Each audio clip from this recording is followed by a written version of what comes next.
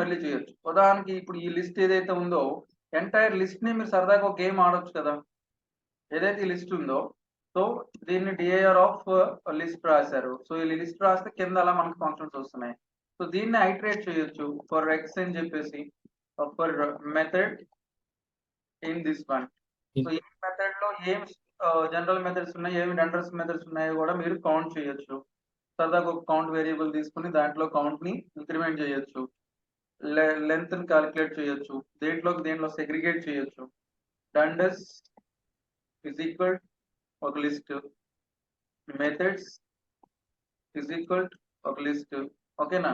So ఇక్కడ లోపల ఇక్కడ రాస్తారు, ఏమని రాస్తారు? If method starts with and then ఇక్కడ ఒక జస్ట్ అండర్ స్కోర్ వేసి ఇది కనుక అయితే then you need to append the dunders dot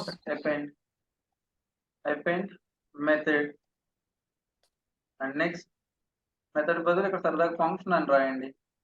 so funk అని రాయండి సరదాగా ఉంటుంది, ఎందుకంటే అది ఒక నేమ్, ఇది ఒక నేమ్, ఇది ఒక నేమ్, 3 వేరు నేమ్స్ ఉంటాయి. నెక్స్ట్ ఇది కనుక కాకపోతే else.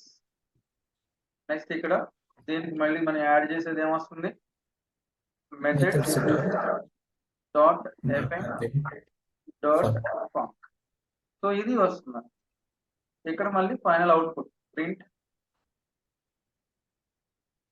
Number of dunder methods in a dir of list object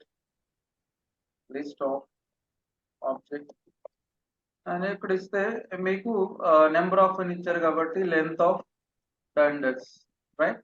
so length of dunders. అదే మీరు దీంట్లో తీసుకొస్తే అది వేరే ఉంటుంది.